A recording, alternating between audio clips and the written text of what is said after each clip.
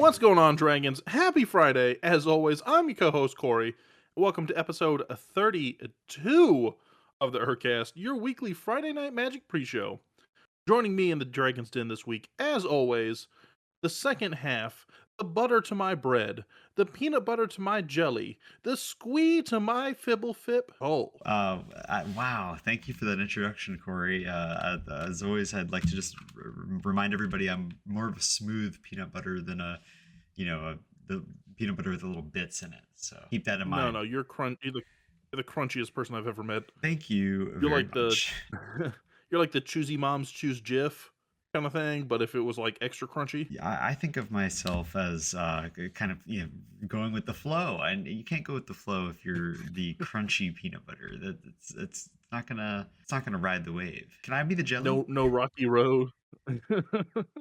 Really more of a Yeah, but preserves kind of guy. you're gonna be more like a marmalade where where there's like peels in it. Yeah, I want like the fruit. You throw any sort of fruit bits in there, make it the fruitier the better. Honestly, That's Cole's mantra, pretty much in everything in life. The fruitier, the better. don't He, quote he me on says that. that in every setting he's ever in. Don't quote me on Well, that, but I am trademarked on that. So if you say it, you do owe me cash. yeah, just come up and start peeling bills off. He really cleans up around the clubbing district. But Cole, how has this week in Magic been treating you? Yeah, Corey. This weekend in Magic was really a successful one. I got to play some good Magic with my friends. They helped me. We did a little bit of moving, and so although I'm currently recording in kind of an interesting setup. We had a really successful move, and then topped it off with some really great Magic games, and which is always a good feeling. It's a good way to close out a long day of hard work. That's true. I actually had a similar one. I got one game in this week, and it was post D&D. Okay. So that's my equivalent of a long day of hard work. Oh man, I had to slave over that D&D session. While you were moving couches and beds and everything else, there I was rolling dice. Equally heavy lifting. It's mentally, you got to have the fortitude to. You're burning, the same amount of calories, just in a different space. And that's what I've been telling everybody, but no one seems to listen when it comes time to chores. I'm like, hey, I can't help clean up the house. The mental fortitude I've been going through has been just too exhausting. I like to do chores in D&D to kind of like take the stress off my back and in real life. Like I'm like, oh, let's clean up that pile of goblin bones, or For tidy up real, that before I for get to my own real, mess. for real, like in world kind of realism, Uh-huh. like a slice of life, but instead of it being like a fun slice of life, it's like, welcome to my janitorial duties. Man, I can't wait to work 9 to 5 for minimum wage. Yeah, it's. I also want to mention before we get off this week in Magic, there were also some secret layers that came out that I don't know if we mentioned them in a previous episode, but they're pretty interesting, and they're probably going to be majority sold out by the time this episode comes out. But one of the Hatsune Miku layer is gone. The goblins, all that sort of thing. Those are kind of hitting the market. Did you get any of them? No, I actually was able to practice a little bit of self-restraint, surprisingly enough. So we'll see how long that lasts. So I thought I was practicing self-restraint as well, and then Sharon reaches out to me and she goes, "Hey, by the way, I got the Hatsune Miku secret lair." Good on But her. when she got in, apparently the foil was already sold out, so she got like the regular one, which I'm okay with because I'm not a big secret lair foil person to begin with. Interesting. I really like the goblin one, like the Instagram goblin thing, but it kind of bothered me that the text boxes dropped off. Okay, yeah. So let's talk about that real quick. So basically, if you don't know what we're talking about, it's called Goblin Gram, and it is designed to look like an Instagram page, but for a Magic the Gathering goblin. Like for instance, the Goblin Welder, and it has them striking a rather cheeky pose. And the text box is a comment that cuts off the activated ability of Goblin Welder halfway through. And it's like a little bit of a complicated wording. So I felt like that was just kind of a design error, because it's hard. Readability is so important in this game. This game is such a visual game. And then also the power and toughness is like situated where you'd find the likes and dislikes on a similar style photo.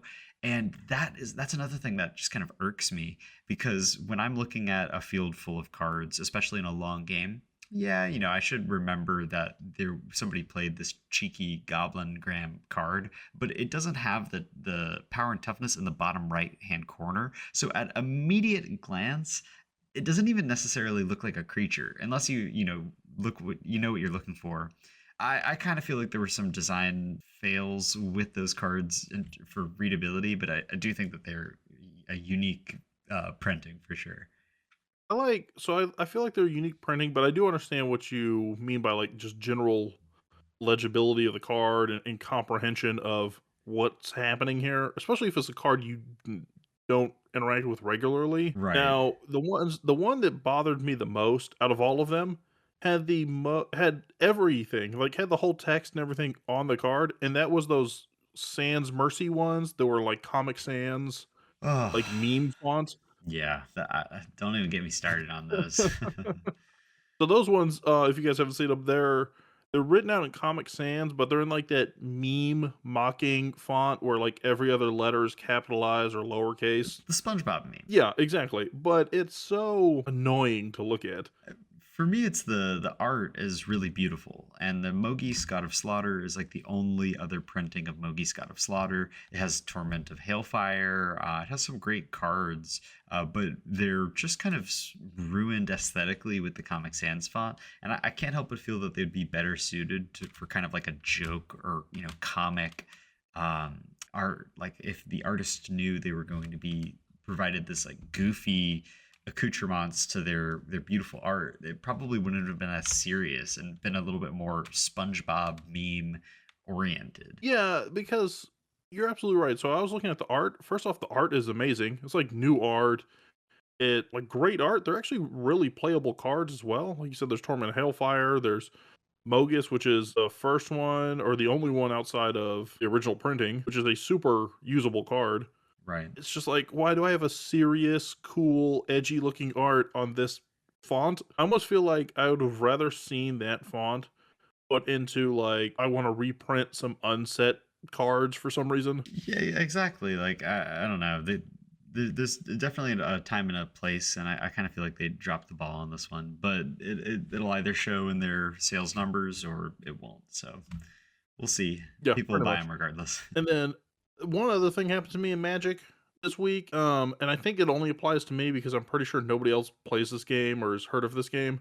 But MTG Spell Slingers, I don't know if you've heard of this, like an app. Yeah, of course I've heard of that. I haven't heard of that. Yeah, no one has. So I actually stumbled on this app like maybe 6 months ago, right? And Uh it's huh. basically like Hearthstone, except your main characters are the planeswalkers. So you can be like, oh, I'm Chandra or Nissa or Johnny or whatever. And they have their own little powers. Okay. And then you play a Hearthstone style game.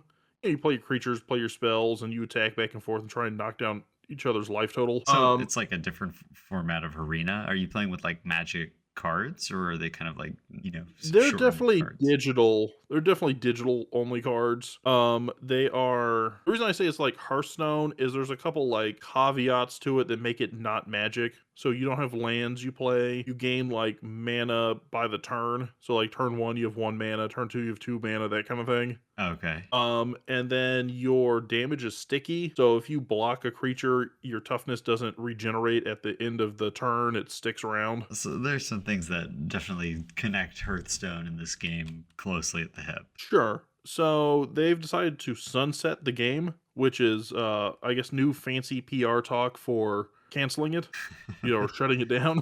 Okay, good. Maybe. um yeah, I don't know. Are you play it? So I played it about 6 months ago. This is why I bring it up. So I played it like 6 months ago, Uh-huh. left it on my phone because I was like, oh, I've made some progress. Like I've unlocked like three planeswalkers at this point. So, I don't want to go back in and have to re-level up. And then this week I decided, oh, let me reopen the app and, maybe I'll get into it as a casual game.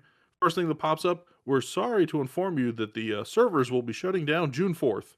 So Oh I'm like, man. oh, great. So I got like 2 weeks of this.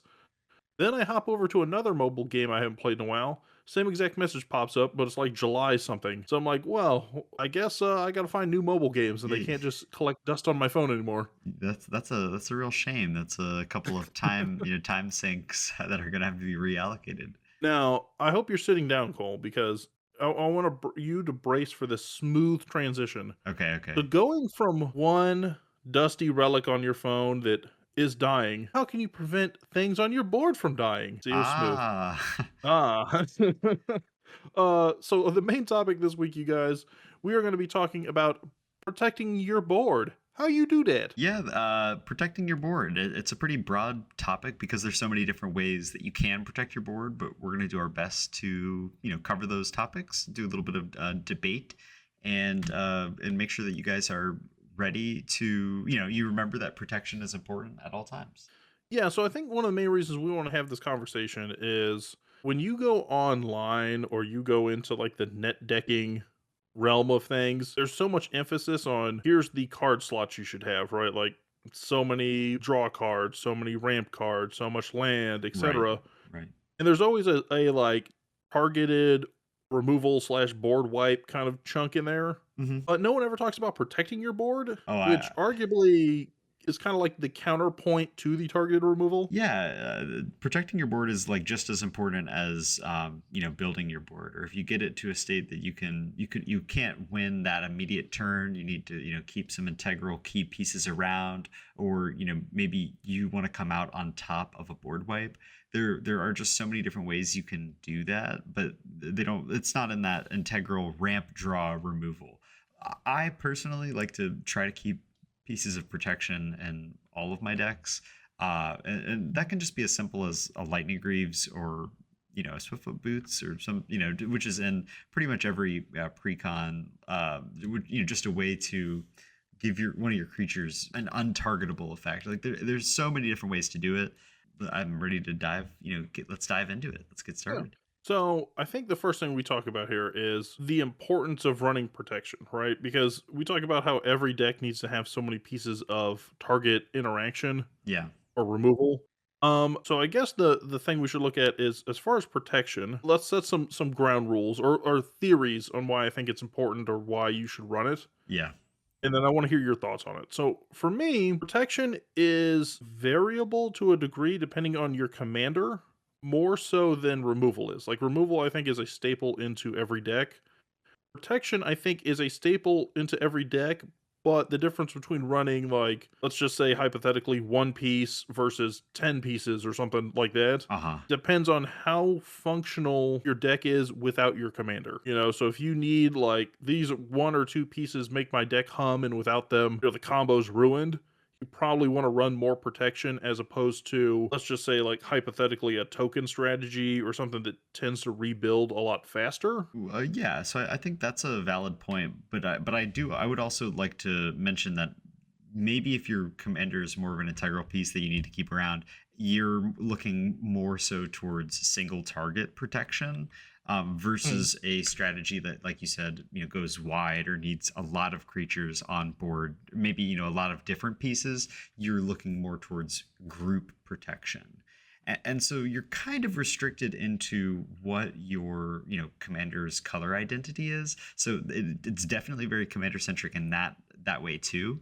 But there's ways that you can merge those those different worlds. Like you can have, we'll get a little deeper into it later, but a counter spell can not only interact with your opponent's board, but can protect your board from an impending board wipe. So there's ways that you can make those protection slots a little more, fit a little easier into the puzzle that is your deck. Yeah, and I would even say that there's some relation, and this goes back to like game design, right? There's correlation between what strategies go into what colors typically, Uh huh. and what kind of protection those would make or grant you. So, for example, and this might be the Corey hot take of the episode, right out the gates. Okay. But as far as like broad board protection, as far like, hey, I want to cover multiple pieces, I think white stands on its own there. With everything else kind of falling in line behind it to different degrees. Yeah, I mean, I think there's valid arguments if we're just if you kind of open up your definition of protection, like if you are open to mass reanimating, a little bit of Mm. black can have a protection in a little bit of a different way with spells like living death that bring all your creatures back out of the graveyard and get them ready to come back out. Thought you That's were basically protection.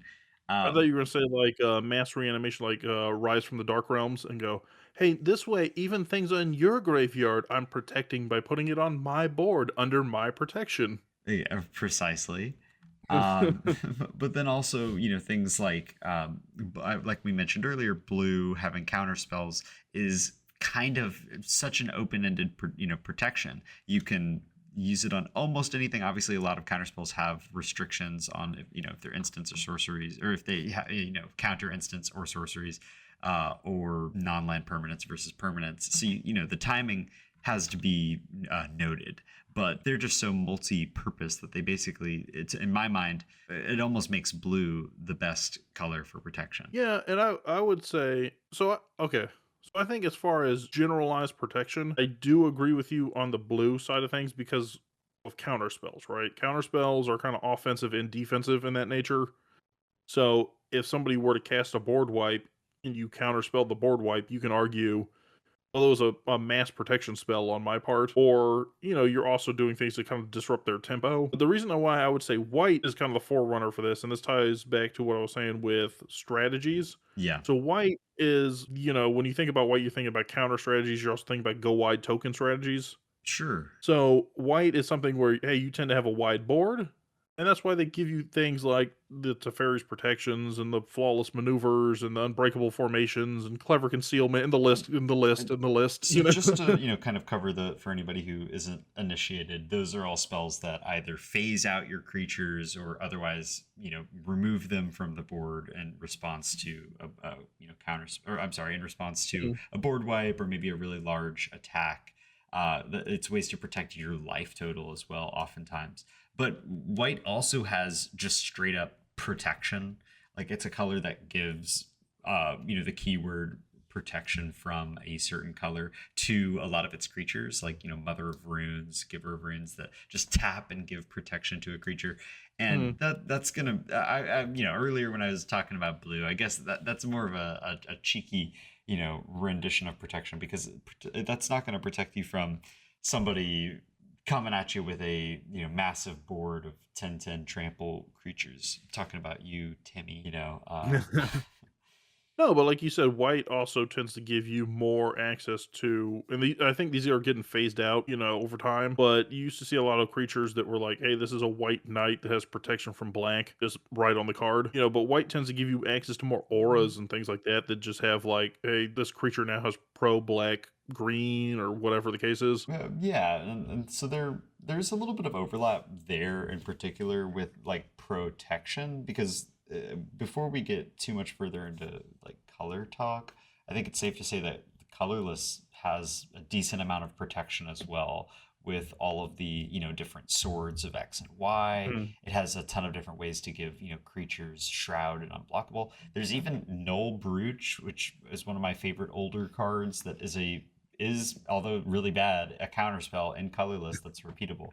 So you can pretty much add protection to your deck, regard like the that one chamber that gives everything persist. Oh man, that Mhm. thing's like you got some serious options in colorless. You can add that and Well, sprinkle it anywhere else. even on that note, I mean, you see old strategies that don't see the most play anymore because they're maybe not the most powerful. But you used to see old strategies like Painter Servant, which is a 3 mana little scarecrow where you just pick a color and everything becomes that color. So they used to have strategies where you go, okay, everything's now, I don't know, blue, for example, and I have ways to give all my stuff protection from blue. Well, yeah, I mean that's a definitely a technique, and Painter Servant recently got unbanned within like the last 5 years, so that was kind of a cool comeback for a pretty interesting older card. But more recently, I think kind of the top of the line in terms of protection,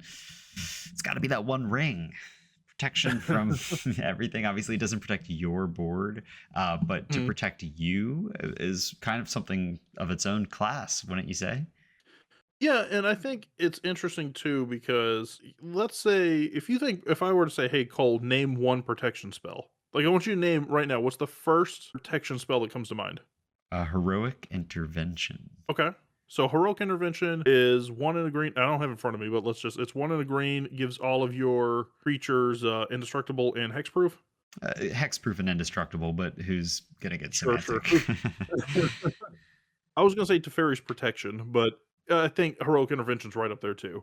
Sure. But if you look at Teferi's protection, it phases everything off the board, protects your life total, all that stuff. You can still technically lose the game off of that because you can still accumulate counters and people can still attack you. They just can't manipulate your life total. People can play cards that say "I win the game" and Yeah, take you but out of your even Teferi's protection instantaneously. yeah, but even beyond that, even beyond the I win the game, you can also technically lose the game because someone it's a niche strategy, but someone could hit you with like poison counters. Or recently with Fallout, the rad counters, enough of those, and that'll Yeah, take you out on your upkeep regardless. And you then of get course ratted out. you can do things on top of a Teferi's protection cast, like Mhm. I Teferi's protection, I'm gone. Not so fast. I'm gonna Viscera Seer my 21 vampires on top of that and ping you for lethal.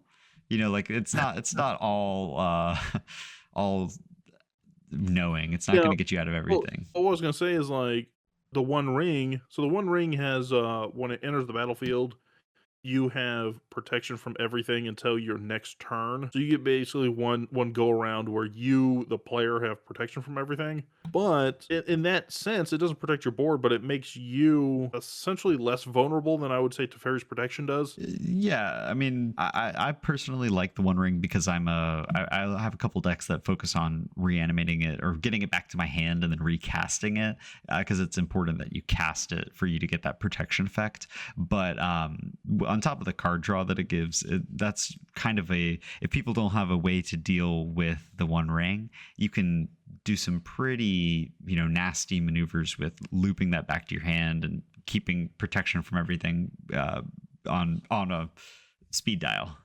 Yeah, but there's like. I mean, even with Teferi's protection, there's sneaky things people can do, like, oh, I'm going to skip my next 18 turns and then cast throw out like a variety of cards and then go, oh, I'm going to cast the Fairy's Protection and phase out for, the end of the game. Yeah, you can See phase you out guys when you're done. for a million turns and everybody will either deck out or they have a way to loop their library and they'll wait for you for a million turns. But also there's things like Disciple of Callous Nin, which it's a card that does some stuff, but the big part of it is that it says permanents can't phase in. So you do something like that in Lock 'em out. response to Yeah. Teferi's protection. Yeah, and they're going to be having a little bit of a bad time. So I think the question to look at then is what decks or what play styles do you think really crave like board protection? There's one in particular that jumps out to me, but I want to see what you think. Well, I mean, okay, I think every deck can benefit from protection, but it just depends on what level of recursion you require. How if you're spilling your hand out onto the battlefield and then your board gets wiped away and you have nothing, are you going to be able to rebuild? And so if you look at like a color combo, like for instance, I have a pile of Golgari cards in front of me, one of them being Heroic Intervention, which is kind of why it's on on my mind right now. You might have enough reanimation through other means that you don't have to worry too much about running cards like Heroic Intervention. But if you're playing, something like a red goblin deck, a mono red goblin deck that has, ways to bring goblins to your hand, but they're cheap. You cast them, you got an empty hand pretty quick. What are you going to do in response to somebody's board wipe? And red has answers. If you can have all these sort of redirection spells or spells that turn I'm gonna Tybalt's Trickery that and turn it into the next spell off the top of your library. Yeah, it could be something even worse. Yeah, it could destroy the game and ruin it, and it often has. But the point is like you can every deck can benefit from it, and every color has access to it, and colorless has got a large protection suite on its own. Well, what's funny is like you bring up red, right, with Tybalt's Trickery. I'm a big fan of Zoyowa's Justice, came out in Lost Caverns of Ixalan. Mm-hmm. which is essentially Tybalt's Trickery, except you discover instead of do like that 1, 2, 3 business. Yeah, it's a little bit of a But strange wording on that one. It's pick one, yeah, two, three at random, mill that many but what's cards. funny what's funny is, like, I would almost say, as far as, like, guarding your permanents, right? I would almost say that black and red are the worst of the 5. I'm not gonna say that there's no options there, but I feel like they're the worst of the 5, and if you're looking at generally what those decks wanna do, those are usually decks that are okay losing creatures. Like, they're either, black typically is okay losing creatures, whether because they can recur them and bring them back out of the graveyard, or they're in some kind of sacrifice strategy or something like that where they're like, I lose a creature, it's not the worst thing in the world for me. So Oh, usually those decks you see more like targeted protection. yeah, and I'm glad you brought that up because I think black actually has a surprisingly large amount of single target protective spells. Like Lord Mhm. knows I've been playing this Gitrog deck that makes a pretty big pile of lands and draws me a lot of cards. I have several cards in my deck that allow me to, at instant speed, give a creature undying, or give it persist, or give it just the ability to, when it dies, it will return to my battlefield. And there's even, there's lands that they're MDFCs that on the other side they'll let you, reanimate creatures in a pinch, or Malakir Rebirth. Like, Hmm. which it's so versatile, but I also find it really useful because they're often 1 mana, and especially in a deck like Gitrog where I'm building, mana advantage, I always have the ability to, cast something in response. Or the other day when we were playing, I was able to reanimate, somebody's like Kokusho as it died to my side of the field, because a lot of those cards do any creature. So not only are they protection, but you can almost use them offensively or in a pinch to steal somebody else's creature that might be better than yours. Yeah, I mean, black is good at those kind of loops from that too. This isn't really protection talk per se, but we're talking about versatility on that end. I think any mono black deck in particular has had some loop where it's like a persist, or any of those Undying. fake your own death, or any of those like 1 mana, until end of turn, if this creature would die, return it to the battlefield. And then they target that onto like a fleshbag marauder and just go, okay, well, I'm gonna sacrifice fleshbag marauder. You guys all sacrifice something. Oh, he's gonna come back. Okay, I'm gonna sacrifice him again, and you just loop out till everybody wipes their board, and then you finally sack off like your 2/2 zombie token, so you end the loop. Yeah, I mean that's a pretty common methodology. I think everybody's familiar with that.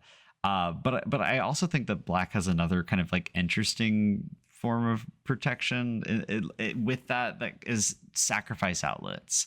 It's Mhm. not like, again, you kind of have to have the other pieces. Like it's not explicitly protection, but being able to sacrifice creatures in response to something like a farewell is going to circumnavigate the mass exile better than a heroic intervention or any Akroma's will, or something that gives your creatures indestructible, because then you can reanimate them from the graveyard. So I think that there's like some scenarios in which black has tools that allow it to Mm. act as though it protects better than it does. Well, and that's kind of interesting idea too, because you wouldn't think about it, but in the context you're talking about, let's say somebody goes farewell, and you go, okay, in response, I sack my entire board to like an Ashnod's altar Sure. or something, something like that, and go, okay, well, they all went to the graveyard, so you get exiled, and then I got some other benefit out of it. Right, like a Zulaport, or not a common Zulaport Cutthroat or Blood Artist trigger that either heals Mhm. you or it gets you closer to winning the game in some way or another. It's interesting in the fact that like you would label that as protection. I think that's something you kind of can only get away with in black. Like maybe you can get away with it a little bit in white, not necessarily for the sacrifice outlets, but because white also has some recursion pieces. I have that listed down here too as another facet of white being kind of the king of protection. Just Mm. in the sense of phasing protection from colors, and then cards like Ascent into Avernus that can accomplish similar feats of mass reanimation to black. It definitely it plays around with life and death, and some pretty effective ways. And honestly, with a couple of these spells that have come out recently, it even has ways to stop spells on the stack or return them to their owner's hand, or like exile a spell. There's that new Modern Horizons 3 card that like exiles a spell, or maybe it's Outlaws of Thunder Junction, and plots it so that they have to cast it again, but for 2 more mana or something to that effect. Right. Yeah, no, it's definitely interesting. Now, what I think is kind of underappreciated is obviously everybody looks to like, I want to protect my whole board, right? Because they're worried about, well, what happens if somebody casts a board wipe? I want to be the one person that has all my stuff left. Right. Everybody always cares But about their stuff. yeah, all those people and their stuff. But I would argue that 9 times out of 10, really, if you could save 1 or 2 key pieces, that you're in pretty good shape. Whether that's your commander or like your one engine piece. Yeah, whatever you need to rebuild. I mean, if there's honestly, I think for the most part, if you can protect everything, it typically is better. But with mana restrictions, that might be a problem for you. You might not find yourself having 2 or 3 mana at the end on somebody else's turn. Yeah, and I mean, like, so let me give an example of one that I like to run a lot.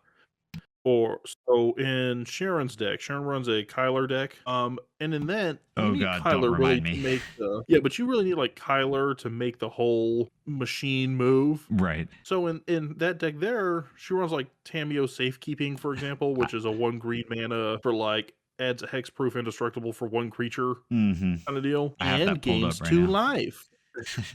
Ooh. Stuff like that, you go, okay, holding up 1 mana. I mean, not that Teferi's protection's like crazy expensive because it's 3 mana, but just being able to go, okay, I can essentially tap out on my turn, do anything I need to do as long as I keep 1 mana available. I can recover if something were to happen on the next go around.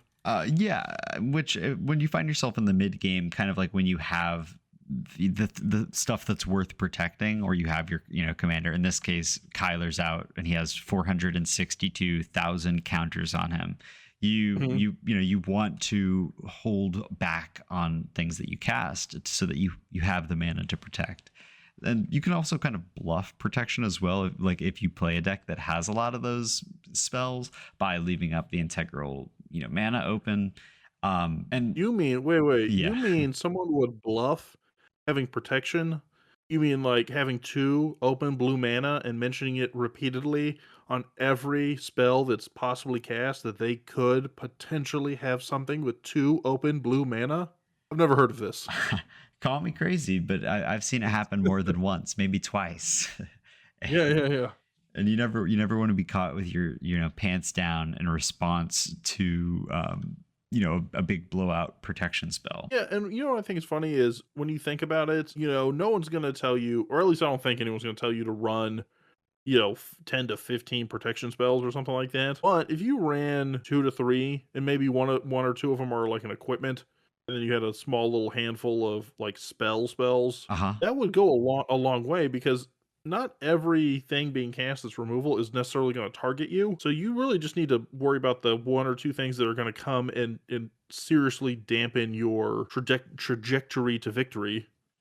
Well, yeah. So things can ruin your trajectory to victory with massive blowout counter spells, like and protection spells in that way. But in the same sense, sometimes you just need protection from like a huge attack. Somebody has like 40 creatures coming at you, and so there are, I would say, kind of an advantage there in blue, because you have kind of effects like Aetherize or Aether Spouts, or obviously Cyclonic Rift, that are going to return all of your opponent's threats to your owner's hand, or to their owner hand. Like Aetherize, which is going to return all attacking creatures to their owner hand, and so on and so forth. It's like a pretty effective way to protect yourself and your board from taking a ton of damage. That's an interesting concept. So by that logic, you would say like fogs are protection. I'm speaking in generalized terms, but so you would say fogs would be protection then, because you don't have to commit to resources to survive a turn. You're salvaging those resources.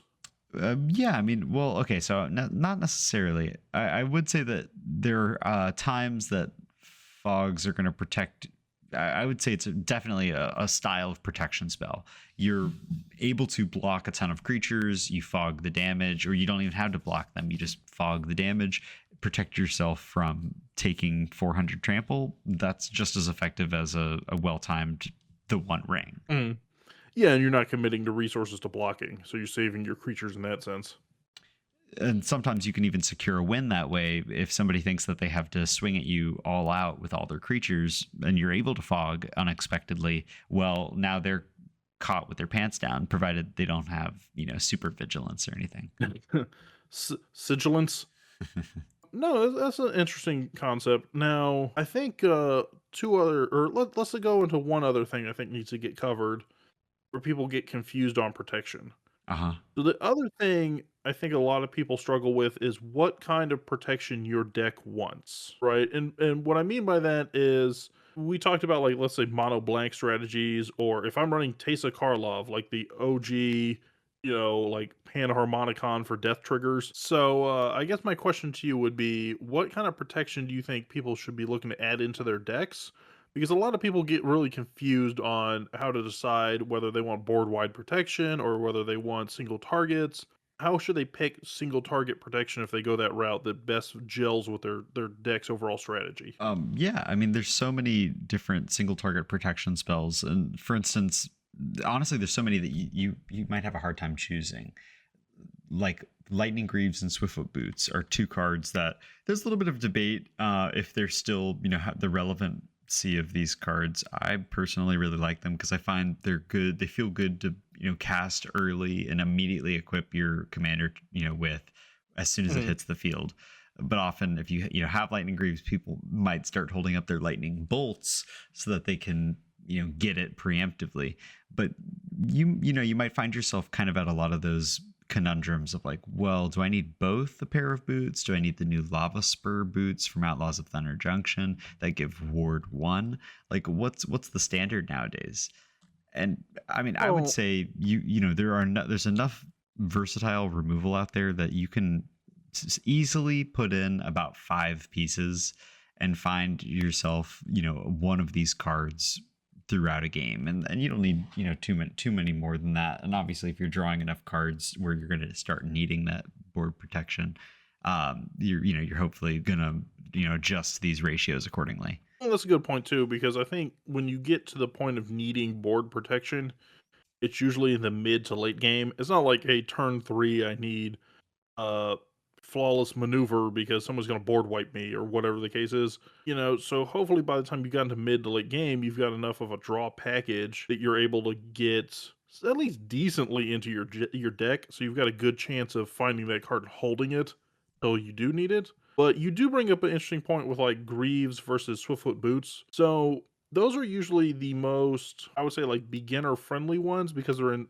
all the precons, or not all, but a good chunk of precons. Yeah. But it is something to look at too, because even if you say the main difference is Swiftfoot Boots is haste and hexproof, and Lightning Greaves is haste and shroud, there are corner cases I think where you don't necessarily want shroud. Like, shroud is a better protection tool for sure. I disagree. I mean, But what I was gonna say, hold on. So what I yeah, was gonna okay. say is, like, if I'm running like a Voltron strategy where I want to start auraing up, then Shroud is a huge hinder to what I want to do. Yeah, I find that Shroud for the most part is, although very effective at protecting, it's a worse protection spell because it keeps you from doing some of your deck's key strategies. And famously, if you only have one creature out and you equip it with Greaves, you can't unequip it without having another creature to attach it to. So Mm. you find yourself in a position that you might never be able to cast something targeting your creature again if you're not able to get another creature onto the field. Now, Lightning Greaves has the famous 0 equip cost, which Sure. not only like combos with a couple cards that care about activated abilities, because you can do that for free an infinite number of times and like mill yourself out, that sort of thing. But it's pretty nice if you have a 3 CMC commander or more, because then you can do that classic play Lightning Greaves, turn 3, play your commander, equip Greaves, you're good to go, on your merry Mm. way. I'm just curious here. So, would you consider protection to be an even better type of protection, I guess, for lack of like a better way of phrasing this? So, if you had like a Mother Ruins and you were able to go, okay, my creature has like protection from red until end of turn, where would you stack that on the hexproof shroud scale? I mean, I honestly think that that is a worse version of the the two boots, because giving yourself temporary protection from one card, although it does, or from one color, although it does have like a ton of applications, it's only going to protect you for one turn out of four turns. Right, but where I could see it being maybe more, how should I put it? Where I could see it being more like applicable, where you could put it into a deck, is the fact that you also have offensive synergies for it. Sure. Because so for you guys that don't know, so what protection provides is, you want to use the acronym DET, right? Which is damage, enchantment, blocking, targeting. Exactly right. So you can throw it on a big creature and go, okay, I've got protection from green or something. And if you're fighting the mono green deck, I mean, you're going to get through for the damage. And you can also use it, to stop somebody from being able to block you if they only have creatures of a certain color. No, I definitely think it has its ups and downs. Or if you look at the two of them, they're certainly strong. Protection can also hinder you because, like, as a keyword, because it can stop you from targeting your creatures with your own spells and abilities. And it can unequip or unenchant you from auras of the color that you're giving protection to. So it's certainly versatile, but it's kind of in the same sense of Shroud, where it has downsides. Hexproof, I mean, the only real downside is like if somebody casts Worst Fears or something, or takes control of your turn, and then they're able to target your own creatures. But otherwise, I have to say, I think that's the best. What kind of monster would cast a Worst Fears and take control of your creature? They sound like a real sicko. I have to say, this weekend, Erica, my fiance, cast an Emrakul and took over my turn while I was in a really critical position, and it took me down a few pegs, that's for sure. But man, I haven't had that happen in a long time, and it does smart a bit. No, I definitely think protection probably has the most variety of power on the scale. What I mean is, like, if you had something that just said protection from red, like, or one of the swords that said, oh, you got protection from these two colors. Yeah, fire and ice. Yeah, so if you have Sword of Fire and Ice, which is what, protection from red and blue. Yeah. Okay, well, that's very pod dependent, right? Because it's either going to be fantastic for you or do nothing for you, unless you care about whatever the other line of text is underneath the protection. But the actual protection isn't going to do much for you. Yeah, that's a super valid point. And I find myself at times with cards like Carpet of Flowers that care about the number of islands that your opponents control, and my opponents have no islands. And I'm like, yeah, basically, that's a worthless card in my deck unless you have some sort of Enchantress synergy. And so obviously a lot of those protection spells are kind of pod dependent, like you mentioned. They can be game dependent, like, everybody's playing white and I only have Sword of Fire and Ice. Well, it's not going to be super effective for you, but it's still valid to keep that in your deck. What pod are you playing in where the other three players are all mono white? What sadistic world are you in? It's 3 Dust Drinkers, or Oh god, yeah, Cory or whatever it is. So let's look at a different portion of this debate too. So when you look at hexproof and shroud, you're looking at primarily spell protection, right, or effect protection. What about indestructible versus ward? Because I think that's the one that's probably more of a topic these days with ward. Everybody kind of complains, oh, ward gets put on all these things, all these wolves. Voja, the Heart of the Conclave, or the Fangs of the Conclave, or whatever. Yeah, horrible that they staple that onto everything.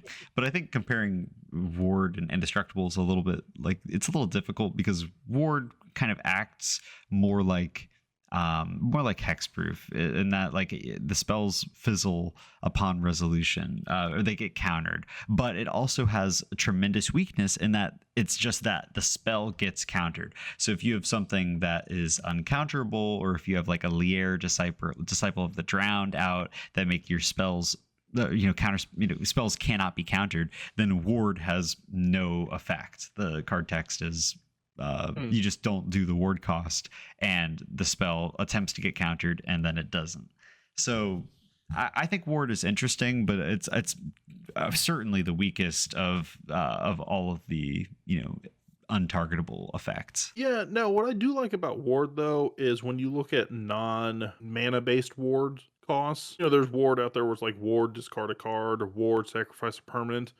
I found those interesting from a game design perspective, not from a adding more protection. Like, who's to say Ward 2 and Ward discard a card are equivalent or not? Because who knows what the value of that is. The one niche where I think Ward outshines Indestructible, and this is like a super corner case, is when you look at exile effects. Uh-huh. And I don't mean like edicts or something where it's like sacrificing. I mean like your Swords to Plowshares, your Path to Exiles. So any of those like exile target creature. I mean, they get around Indestructible without even breaking a sweat, but at least Ward punishes them a little more. Like, hey, instead of 1 white mana, now it's 3 and a white, Yeah, but at the end of the day, it's just a added cost. It's like a propaganda or ghostly prison effect that stops you from attacking unless you pay that 2 mana. It certainly has different advantages from Indestructible, but it's just that it's too different. It's apples. It's more similar to hexproof. It's a weaker version of hexproof. Yeah, I mean, I would argue it like this, right? It's, if I was gonna Path to Exile your Voha or your Miram, which has Ward 2, for whatever reason, because that's what it needed, I guess. Listen, you're gonna do it either way, right? Like, you already see it on the board. You go, I'm gonna Path to Exile that. I realize it's gonna cost me 2 or 3 extra mana, but I'm gonna choke that down and deal with it. Right. I think the advantage there, or where it gets decent, is in the tempo shift. So if you're looking at it like, okay, instead of you being able to cast 2 spells this turn, you had to burn your turn on taking care of my threat, maybe, but only if it's something you could rebuild when it hits your turn. Yeah. I mean, I definitely agree with that. So I guess closing thoughts here. Protection. Yeah. Are you running it? We need to run more? Do you think it stands on the same pedestal as removal? There's one more little thing we have to talk about, in this closing section. Sure. Is that theoretically protection is only as valuable as your politics aren't. Like, you can talk yourself out of things getting removed. You can talk people into attacking other opponents. You obviously don't want to talk people out of their decisions and make them feel bad for targeting your stuff. Always. But you can certainly, I always run protection. You can reason with them like fellow humans and maybe get the same effect as hexproof or shroud, or a good smile or acting friendly in game can sometimes add that little element of cheeky, I'm not going to remove this thing because we're homies, right? That's just as effective as lightning greaves or swiftfoot boots. Sometimes even more effective. For me, I think it comes down to card advantage. Everything in Magic at the end of the day, card advantage is the quintessential essence of if I'm going to win or lose. I would say it's maybe on the same par as removal, because removal is just subtracting pieces from someone else's board, whereas protection is keeping you in the plus side of your stuff. If that makes sense. Yeah. Well, okay. So I have a point to kind of bounce off of with that. In terms of card advantage, if you overcommit to your board and you put a ton of stuff out, you're almost begging to be board wiped. And it's that's, if you look around and everybody has no creatures and you have 4 12/12s with menace, they're gonna get blasphemous act twice. It's going to happen. So you can kind of also read the room a little bit. If you see, okay, everybody's building up, everybody has a lot of stuff on the field, they have a lot of skin in the game, they're likely not going to wipe their own board. You can kind of use that knowledge to predict whether or not it's worth playing your cards, because when they do get board wiped, if you don't have the protection spell, having 3 more cards in your hand to play in response is essentially an alternative to protection. Being able to build yourself back up does the same thing that protecting your board does. It keeps you in the game. Well, that's true too, which is if everybody gets built up, or you and one other person gets built up, the person that's got a full board is least likely to blow it up because what's their advantage? Like I'm already ahead of everybody else on board, so why am I going to reset the board in that sense? Right. People are very hesitant to want to blow up their board in general. You know, even if they got one thing, they're like, "Oh, how can I figure out how to destroy everybody else's board while keeping my one thing?" I just spent my entire last 3 turns casting this one 5 mana creature. Please, please, I am not going to board wipe. Mm-hmm. Yeah. No, but I think it's an interesting thought process for sure. I think I definitely fall behind a little bit on running protection in my decks. I'm definitely a removal. We've talked about this. I don't know how many times. I'm a removal boy. Like I see it, I remove it. That's how I run my decks. That's the way I love to live my life, and I'll die by that sword, I guess. But that's not to say I don't run 1 or 2 protection pieces. So don't get cute with me and think you can ruin my board. Uh-huh. I like to go over. I like to have the protection spells rather than not have them. So you can always find me with anywhere from 3 to 5 pieces, whether they're like MDFCs or otherwise.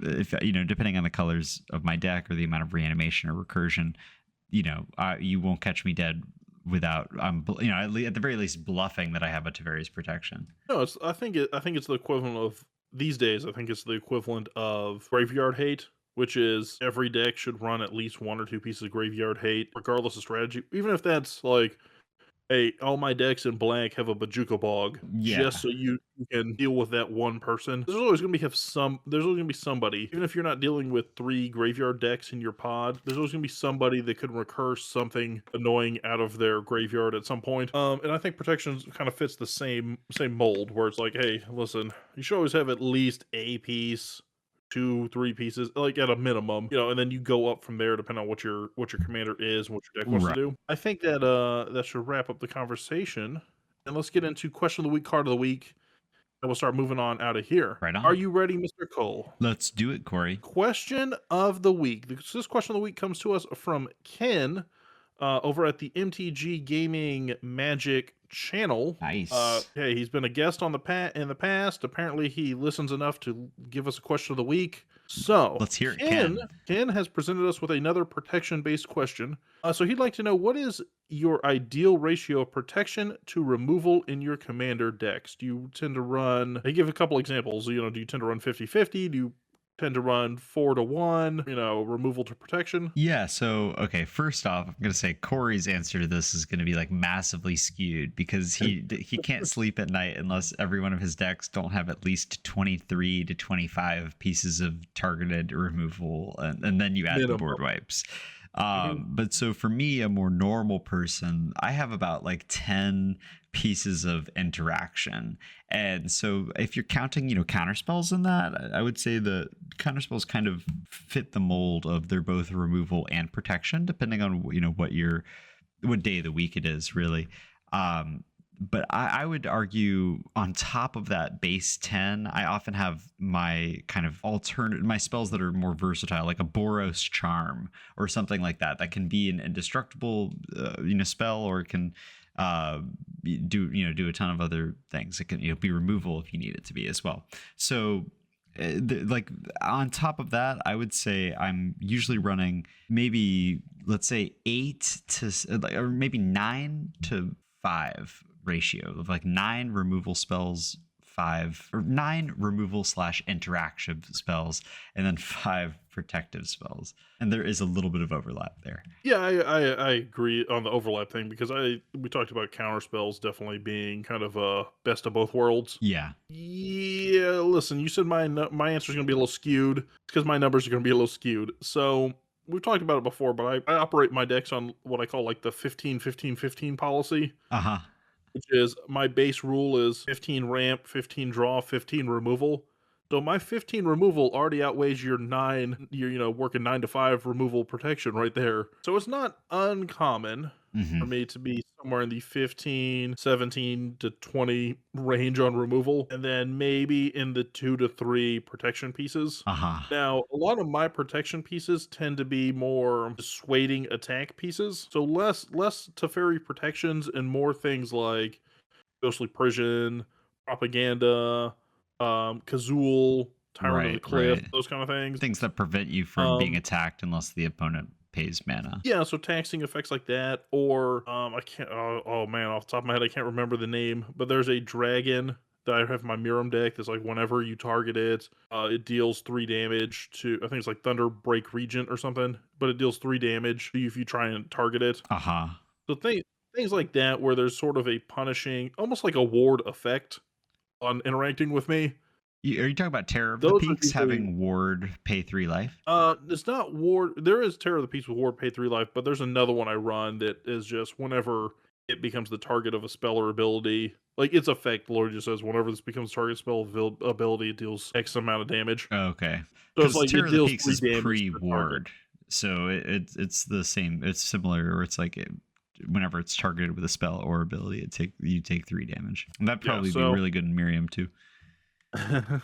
I also have that in Miram. I also have Balefire Dragon in Miram, which is what I list as my one of my board wipes. Right. But I digress. Yeah, so for me, I usually run like a smaller number of protection, and it'll be things like in my in Hello deck, I have 21 removal pieces, but I also run like a Lightning Greaves. Just because I need to have an Hello out to keep the good times rolling. Right. So it's a key piece to your game plan. So you need the counterspell protection. Maybe you need a little bit of redirection or Tybalt's trickery kind of stuff. Yeah, but I definitely go a little lighter on the protection and heavier on the interaction piece. Well, because it's worth stating that in Hello, you're often able to copy some of those spells. And so you might not Mhm. get the same mileage out of a counter spell that you would a removal spell. Yeah, exactly. So I'm running less counter spells and more things like snap, where it's like, okay, your thing entered the board. Now let me go bounce it and get a bunch of lands back. Right. No, but hey, thank you, Ken, for that question. Keep them coming. If you guys want to leave a question of the week, you can always reach out to us on socials. You can leave it in the comments if you're on YouTube, Spotify, Apple Podcasts, and that good stuff. We do like answering them. We just happen to have this one that lined up perfectly with the topic. It kind of helped that I gave him the topic. And what We are were our socials, Corey? If somebody did uh, want to reach out, we will get to there at the very end, but we you should can list reach it out now. directly. Okay. We'll list it down. We'll list it now. You can reach out to Cole at loveandmana.mtg. You can reach out to me at Sleevecard, or you can reach out to the podcast at urcastpod or at contact.urcast@gmail.com. Any of those, or down in the comments below, or any of that kind of good stuff. And I'll regurgitate it at the end of the episode, I'm sure. But Cole, card of the week, bring us home. Yeah, so for the card of the week, I wanted to mention, a protection slash removal spell that I really like. That Ken, who our question asker, actually gifted me a copy of when my local gaming store didn't have one. He, Uh, wait. Did I black out? Did I black out on this episode? And like he wrote it. He gave me the idea, and I forgot about it. it's a sort of inception of itself, He's but very involved, this card apparently. is March of Swirling Mist, which is X and a blue for an instant that you can, as an additional cost to cast the spell, exile any number of blue cards from your hand, and it costs 2 less to cast for each card exiled this way. But the main text of the card is that you can phase out up to X target creatures. So you can use this in a board wipe, scenario to protect your board at instant speed, or you can use this offensively to make somebody's blockers disappear. I find it really versatile, especially if you have a lot of cards in hand. The X gets, it's basically a instant speed version of Curse of the Swine. So I'm a huge fan of this, and I've been slotting it into a lot more of my blue decks as of late. What's funny is I've actually been slotting a lot more Curse of Swine into my decks as of late. Well, good choice. No, that's a super cool card. I like ones that are versatile. So where you can sit there and go, okay, it's going to defensively protect me, or offensively, I can throw it out there and help me kind of clinch victories as needed. Oh yeah. Swiss Army knife cards like that definitely have a home in my decks where I can find them. Oh yeah, I think it's from Neo Kamigawa, so it's been out for a little while, but it never fails to impress me. So I believe that brings us to the end of today's episode. So thank you for listening. Once again, if you want to reach out to Cole, you can rewind 5 minutes and hear our socials. But actually, you can reach out to Cole at loveandmana.mtg. You can find me at Sleevecard, or you can reach out to the pod at UrCastPod. But thank you for making it to the end of today's episode. Have yourselves a magical Friday, and we'll see you next week. Bye guys.